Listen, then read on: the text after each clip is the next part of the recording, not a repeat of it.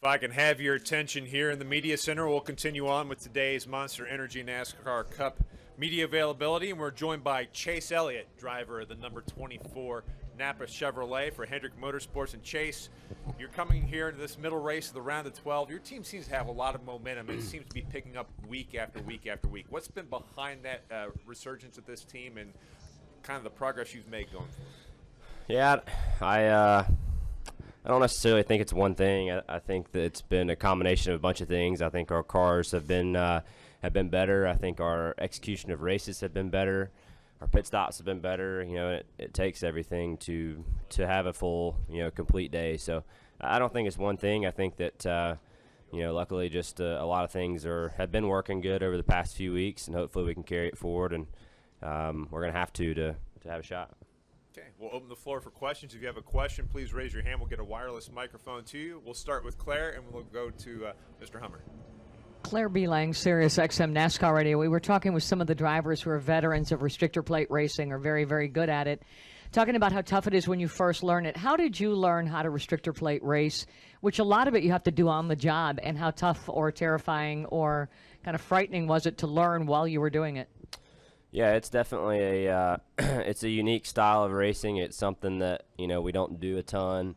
The races are spaced out kind of equally, I feel like. So just when you think you haven't done it in a long time, it seems like the next one kind of rolls around. But it is one of those things, you're right, you kind of have to just go do it really to learn. And there's definitely things you can watch to pick up. But at the end of the day, you just have to go do it and kind of get a feel for it. And I haven't been doing it real long myself, so I can't say that I've figured every little trick out, but I've certainly learned a lot over my the course of the first handful that I've done. Was it scary the first time? I wouldn't say scary. It's just there's just definitely a lot of uncertainty as to what's going to happen when you're counting on the rest of the people around you so closely to not mess up. But as I've done it more, you just kind of, I guess you become a little bit more comfortable with certain people. Certain people you never feel comfortable around, but there are some guys that you feel better about, or you might put a little more trust in and giving them a harder shove, or maybe they have a little more trust in you and wanting to give you a big push. And there's certain guys that I would do that to, and there's certain guys I definitely would not do that to. So I have learned that much. I think kind of who and not from that perspective. We'll go next to Steve, and then we'll go to Jerry. Yeah, Steve Hummer from the Atlanta Journal-Constitution.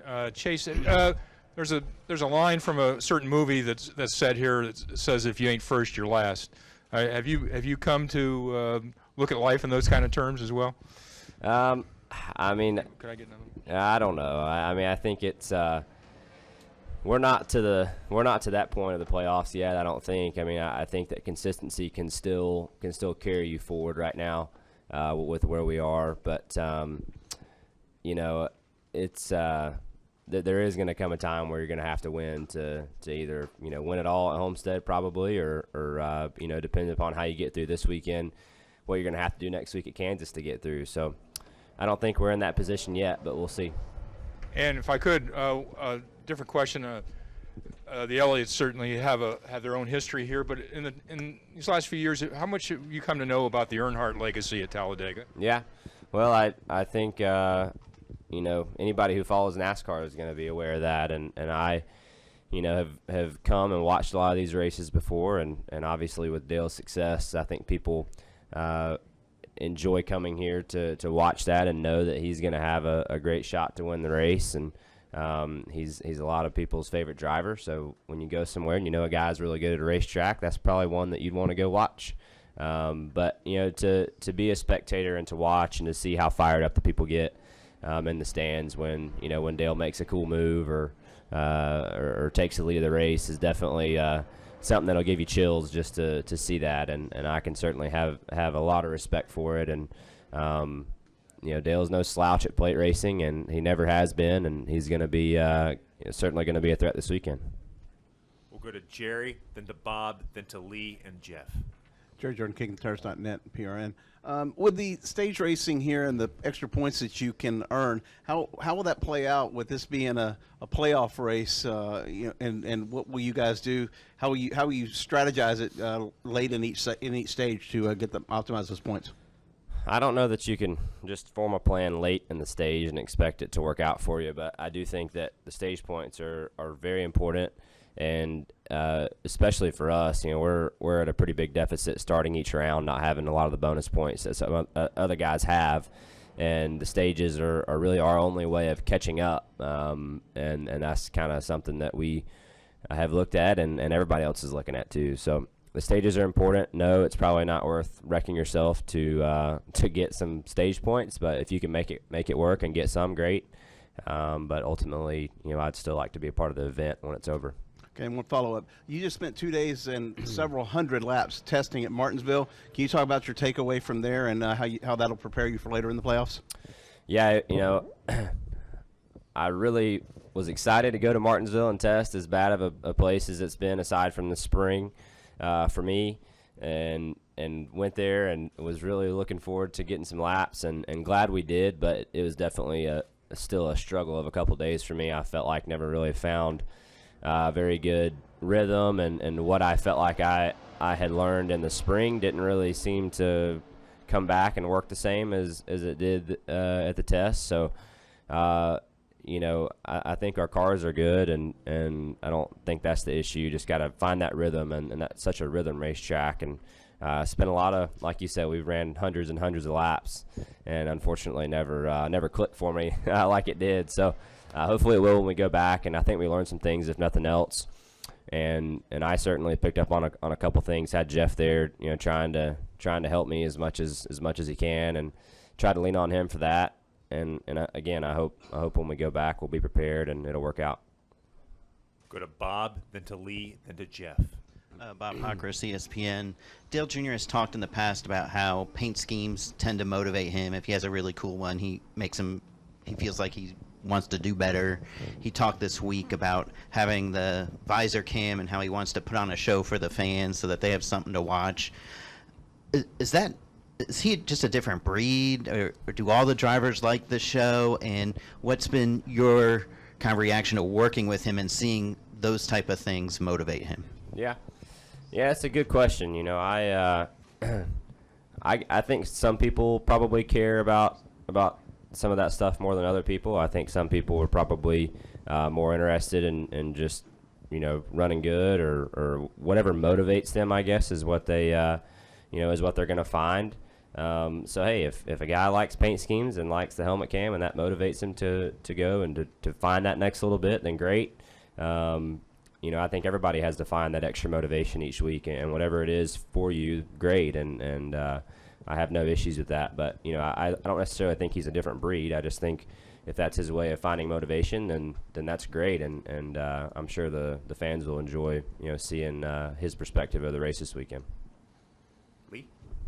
Lee Spencer, Motorsport.com. First 4 races of the playoffs, you have an average finish of 4.25. Pretty not only respectable, but you're leading the Hendrick contingent. Did you expect to be that guy going into this second round of the playoffs? Well, we feel like we can be that team if we all do our jobs right. So, I don't think to us.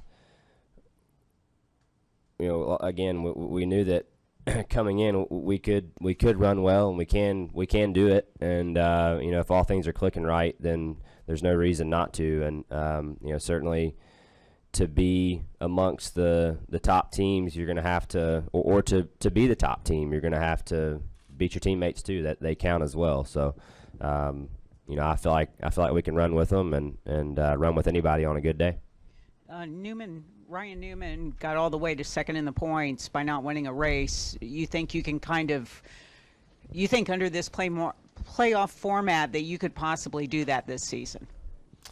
I would rather have a W and not have to play that game. But you're gonna go and push as hard as you can every week, and if a win is in your future, then great, and that certainly is a huge help as we go through these rounds. As we all know, the win trumps everything. So For us, being at a deficit in the points to start each round, a win would be the perfect scenario for us. And I think that consistency will probably get you through this current round that we're in. But I would be I don't know that you have to win to get to Homestead, but I'd say you're going to have to run pretty daggum good and probably have you're going to have multiple chances to win if you don't to make your way through with the rest of those guys. Jeff? Jeff Gluck from jeffgluck.com. Chase, you touched on the stage points a little bit. Your strategy, your personal thoughts about it aside, how crazy do you think other drivers are going to be going at that point? I mean, is it going to be like the end of the race at all, or is it not going to be to that degree? I can never guess what the rest of these guys' moods are going to be when we show up at these places. Sometimes we get here and everybody's really calm, and sometimes we get here and everybody wants to, push each other and try to push through the corners and everything else. So I can't read their minds. I don't really know. But I think what happens is when one guy starts to get aggressive, the guy around him has to get aggressive to start dealing with that guy, and then when that happens, the guy in front of him has to deal with it, and so on. And I think that's what happens. And if it shows up and that's the kind of race it's going to be, then we'll see. But I definitely think there's going to be some emphasis on running well in the stages, but I just hope that everybody will want to get to the end as much as they want to have good stage finishes too. So I really don't know, but I could see it being pretty wild to try to get those points. Well, Chase, thanks for taking the time to join us this morning. Good luck this weekend. Thanks.